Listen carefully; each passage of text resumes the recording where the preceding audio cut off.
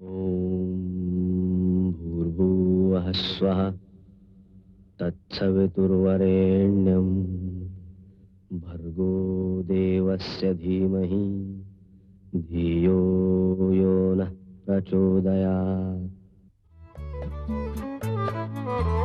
सुख आणिक दुःख यांना सांधते आहे, जीवनाशी ती कधीची भांडते आहे.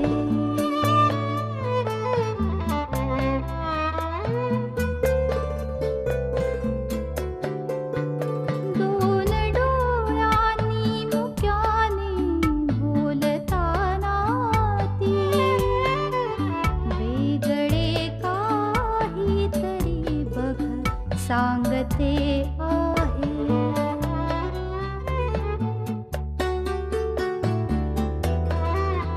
जीवनाचे एक गाणे गात जाताना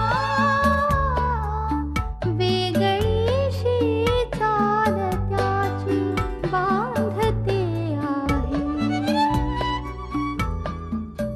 जीवनासाठी जणू ही अकस्मिता, सुखाणिक दुःख वेडी अवंतिका.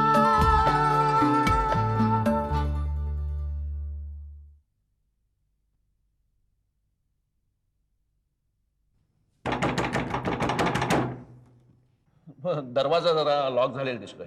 आपण बसा ना, मी बोलवतो तिला.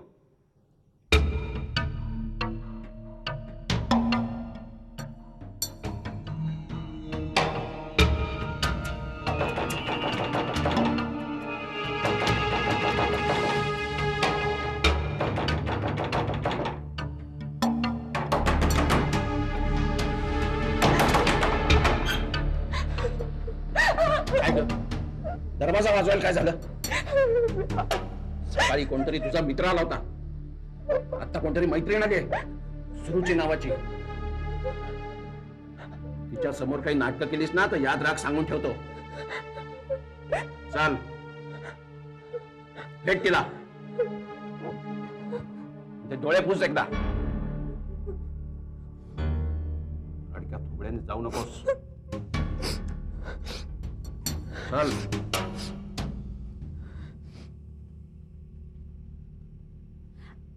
हाय दीपा. अगं मी सुरुची, ओळखलं नाहीस मला? तू सुद्धा केवढी बदलली आहेस कॉलेज मधल्यापासून. मी अवंतिका, निखिलने पाठवले मला. एक कॉलेज मधल्यापेक्षा एकदम वेगळी दिसतेस ग. सुरुची, अगं मी ओळखलंच नाही, किती वर्ष झाली. हे तुझे मिस्टर का? हो, विशाल. ही हॅलो. माझी कॉलेजची मैत्रीण सुरुची. बरंच ऐकून आहे तुमच्याबद्दल. तुम्ही कुठे बाहेर निघालात का? प्लीज प्रोसीड, कारण आम्ही बसणार भरपूर वेळ गप्पा मारत. किती वर्षांनी भेटलोय ना आम्ही. Please please you carry on. नाही नाही नाही नाही, मला कुठंच जायचं नाहीये. आणि तुम्ही सुद्धा आज पहिल्यांदाच आलाय आमच्याकडे. बसा ना, आपण इथेच बसून गप्पा मारूया. बसा.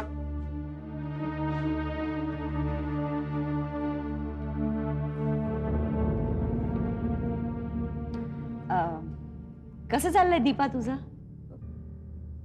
ठीक. ह्याच्या आधी कधी तुम्हाला बघितल्याचं आठवत नाही मला.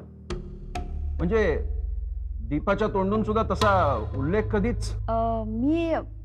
मी दीपाची खूप जुनी मैत्रीण आहे, म्हणजे कॉलेजच्याही आधीची ऍक्च्युली.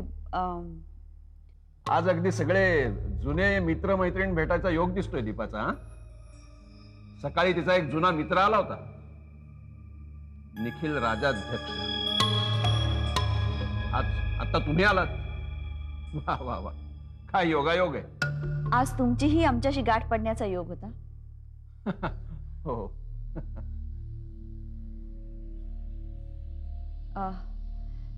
दीपा चल ना, आपण कुठेतरी कॉफी प्यायला जाऊया. हा चल. नाही नाही नाही नाही, बसा बसा, इथेच बसा. बऱ्याच दिवसांनी तुम्ही पण आलाय, इथेच बसून आपण गप्पा मारू. काय दीपा? हो हो इथेच बसूया.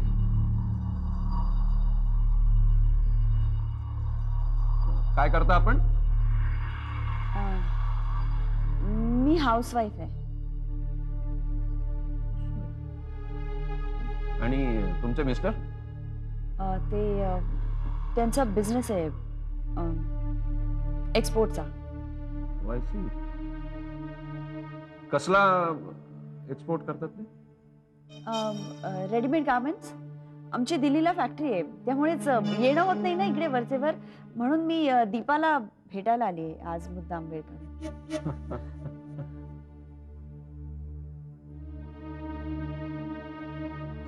निघते मग मी आता. Bye bye. बरं वाटलं तुम्ही आलात. भेटू आपण परत. या.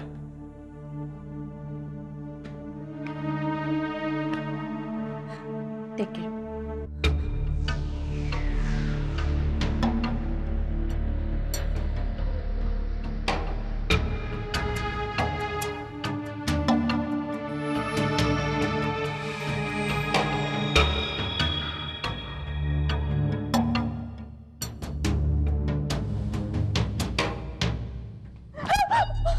काय ग? हा? ही तुझी जुनी मैत्रीण काय? हा? कोणाला फसवतेस तू? सकाळी तुझा जुना मित्र येऊन गेला. कसा कळतो यांना इथला पत्ता? काय चाललंय काय तुझं हे? मी नाही सांगितलं, मी नाही सांगितलं. नालायक साली.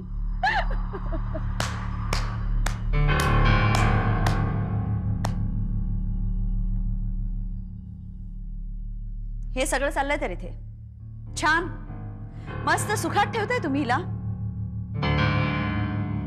हा, रोज चालते नाही मारहाण. म्हणजे दीपानं निखिलला सांगितलं ते सगळं बरोबर होतं. निखिल? हो, आय सी. विशाल, तुझं नाटक संपलंय आता. None of your business. उगाच आमच्यात इंटरफेअर करू नकोस. जा चालती हो. इंटरफेअर मी नाही करणार आहे. आता इंटरफेअर करतील ते पोलीस.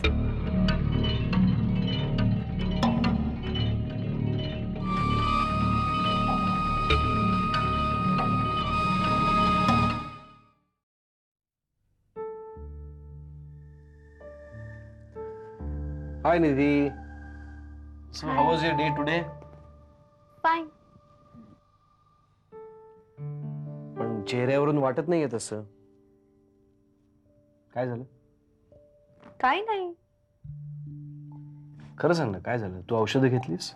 मग आता सांगून टाक चल. अनिश, खरंच काही नाही झालं. ठीक आहे मत बताव. अनिश, तू आल्या आल्या तुझ्याकडे अशी कंप्लेंट करायला मला नाही आवडत खरंच. बरोबर आहे तुझं, पण मलाही तुला असं बघायला नाही आवडत. सांग ना काय झालं? अनिश, आजकाल मम्मीजी माझ्याशी नीट बोलत नाहीये. मी काही बोलले तर त्यांचं लक्षच नसतं. भगवान जाने क्या सोचती रहती है. आणि आज तर किचन मध्ये दूध गरम करत होत्या ना, तर त्यांचं लक्षच नव्हतं. दूध एकीकडे उतू चाललं होतं आणि ह्या आपल्या तशाच उभ्या ट्रान्स मध्ये. मीही मार्क केलंय. काय झालंय काय मग मला? Don't worry, I talk to her. Okay? Anish, त्या माझ्याशी खूप विचित्र वागतात. मला तर असं वाटतंय की माझ्या हातून काही चूक तर नाही ना झाली.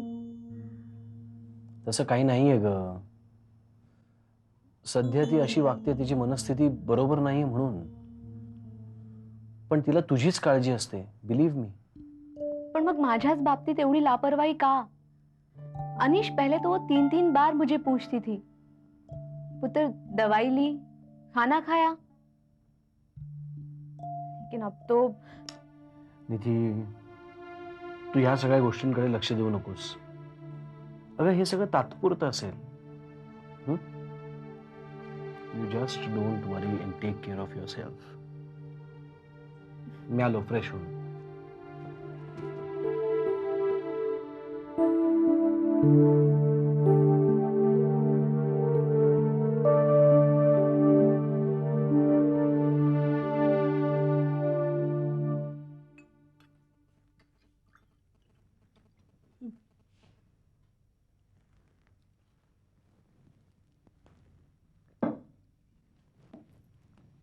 अभि अगं अगं मग अशी एवढी घाईघाईत आले मी की तुला काही सांगितलंच नाही. आई ही दीपा निखिलची मैत्रीण आहे. आईचा नवरा विशाल हिला खूप त्रास देतो, फिजिकल मारहाण करतो. बाई ग, निखिलने मला सांगितलं, माझा विश्वासच बसला नाही. तिचं आणि त्याचं काहीच कम्युनिकेशन होऊ शकत नव्हतं म्हणून मी निखिलला म्हटलं मी जाते, मी भेटते तिला. आणि बघितलं तर खरंच त्याने माझ्या समोर सुद्धा तिला मारलं ग. मी सरळ पोलिसला फोन केला. अगं तू पोलीसमध्ये कशाला उगीच? अगं खरा नाही, नुसता त्याला घाबरवायला. सरळ तिचा हात पकडला आणि तिला इथे घेऊन आले. आई निखिल तिच्या आईवडिलांना फोन करून कळवणार आहे. ते येऊन तिला घेऊन जाईपर्यंत ती आपल्याकडे राहिली तर चालेल ना तुला? आता तू आणलंयस ना तिला, राहू देत की. महत्वाचं म्हणजे काय, निखिलसाठी तरी निदान आपण तिची सोय पाहायला हवी. निखिलने तुला इतकी मदत केली आहे. आपल्या घरात तर तो असा मिसळलाय की वाटतच नाही तो कुणी परकाय. त्याच्यासाठी तरी निदान हिची सोय आपण पाहायला हवी. बरं चल, खाऊन घेतेस ना काहीतरी, ये आतमध्ये.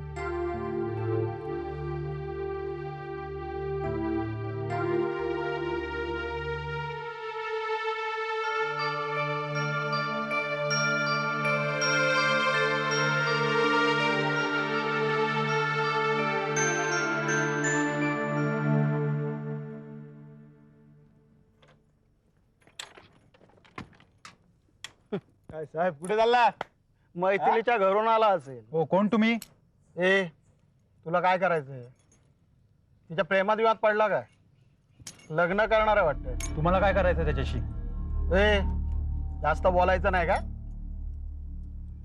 सौरभ जागीरदारची रकेल आहे ती, आणि रकेल कोणाला म्हणतात माहित आहे ना? काय काय म्हणतो? तोंड सांभाळून बात करा. त्याच्यावर नाही, जेवढं सांगितलं तेवढा करायचा, कळला? नाही तर होता का नव्हता करून टाकेन, फाडून टाकीन. परत तिचा नाच सोडून द्यायचा. चल चल रे.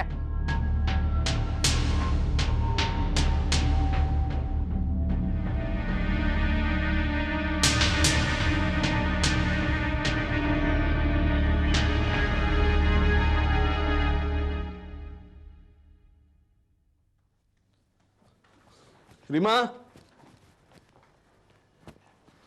रीमा, ती घरात नाही. कुठे गेले? सासरी गेली.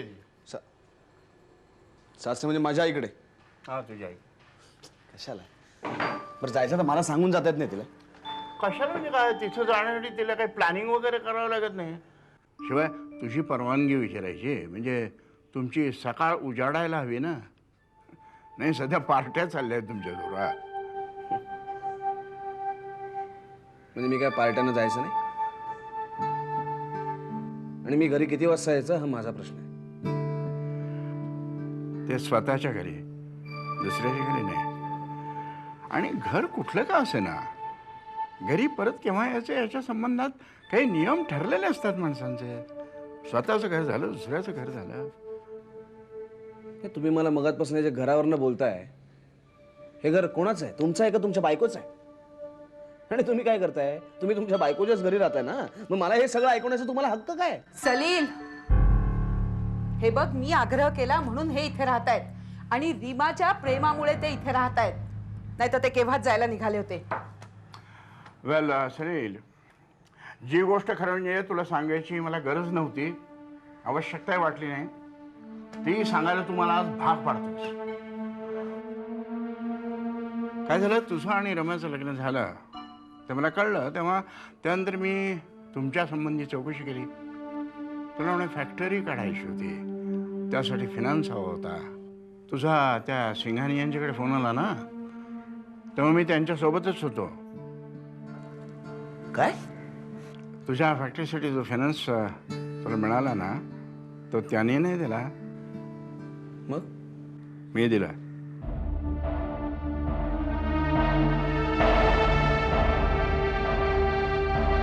येस,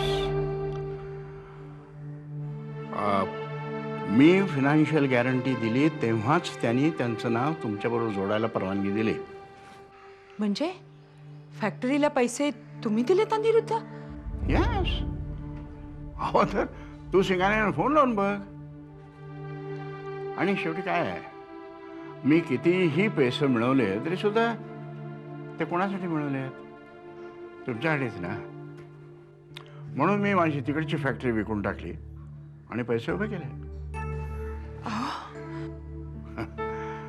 खरं तर तुमच्या तिघांच्या घरात येऊन ढवळाढवळ करायची माझी अजिबात इच्छा नव्हती.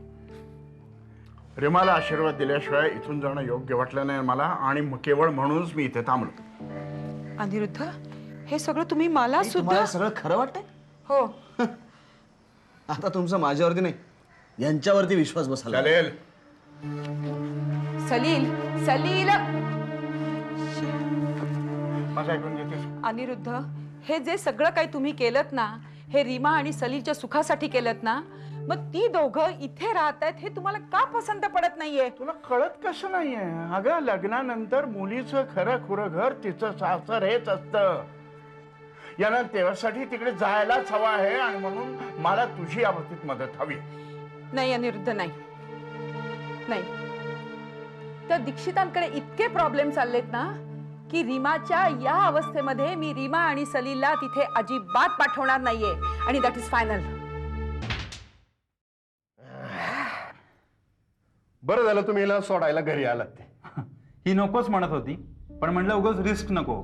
कालच्या प्रकारानंतर मला पण. कालच्या प्रकारानंतर? शेखर, तुम्ही मला काहीच सांगितलं नाही. नाही, तसं काही विशेष झालेलं नाहीये. काल जरा बँक सुटल्यावर मला वेगळं काम होतं म्हणून तिथं गेलो होतो. बराच उशीर झाला. बाईक पशी पोचलो तर 2 गुंड धमकी देऊन गेले. म्हणाला की मैथिलीचा नाद सोड, नाहीतर मग जिवंत ठेवणार नाही. काय? कुणी पाठवलं त्यांना कुणास ठाऊक. कुणी कशाला? जहागीरदारानंच पाठवला असणार. त्यांनी? हो, नाही तर काय. त्याच्या कानावर आता हे तुमच्याबद्दल गेला असणार, तो गप थोडीच बसणार आहे. मैथिली, तुला सांगतो, त्याला जर मनापासून तुझं भलं व्हावं असं वाटलं असतं ना, तर त्यानं हे असं केलं नसतं. आता वहिनीबाई इथं टिकणार नाही. मारे तेव्हा तुला सोडायला निघाला होता. आता आता मैथिली बी हातची जायला नको म्हणून हे धंदे सुरू केलेत. किती स्वार्थी माणूस असेल ना. काका, तो माणूस फक्त स्वतःवर प्रेम करू शकतो. शेखर साहेब, तुम्ही माझं ऐका. त्याच्या धमक्याला अजिबात भीक घालू नका. परत जर असं झालं ना तर आपण सरळ पोलिसात जाऊ. पण मग तेही त्यांचंच ऐकणार ना. अहो, सगळेच सारखे नसतात. जहाज बुडायला लागलं ना की जो तो आपापला जीव वाचवाय बघतो. आता जहागीरदाराचंही जहाज डुबायलाच लागलंय, म्हणून त्याला अशी दुर्बुद्धी सुचते.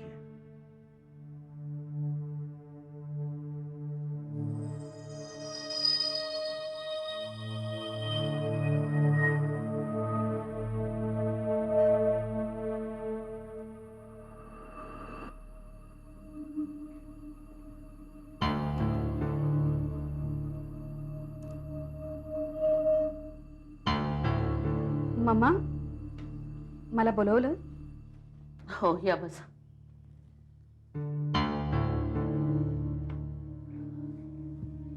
झालीत का मग? हो, झाली. अवंतिका काय म्हणाल्या? अवंतिका? हो, अवंतिकाच्या बाजूने काय चाललंय हे तुम्ही आम्हाला सांगणार होतात ना? हो, अवंतिकाशी माझं बोलणं झालं मम्मा. मग काय म्हणाल्या त्या? मम्मा,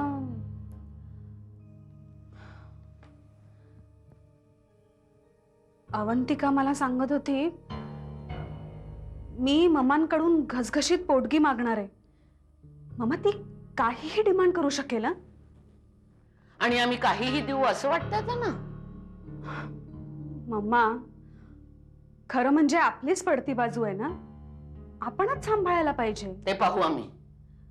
मम्मा, आपण असं केलं तर आपण सौरभदाला सांगूया की कोर्टात असं प्रूफ करा की Avantika is well capable of earning money, आणि तिने मुद्दामूनच आपल्या कंपनीच्या MD पदाचा राजीनामा दिलाय. वा वा वा वा Ashwini, that is great. Mamma, आणि तुम्ही पैसे वगैरे देण्याची अजिबात तयारी दाखवू नका. हा, तुम्ही अवंतिकाच्या नावाने काय प्रॉपर्टी वगैरे केली नाहीयेत ना?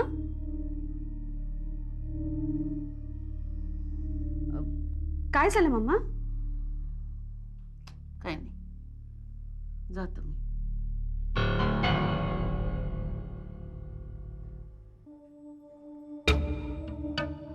आम्ही विसरलोच होतो. अवंतिकाच्या नावानं 25 लाखाचा प्लॉट ठेवलाय आम्ही इन्कम टॅक्स पर्पसेससाठी. काही केली आम्ही.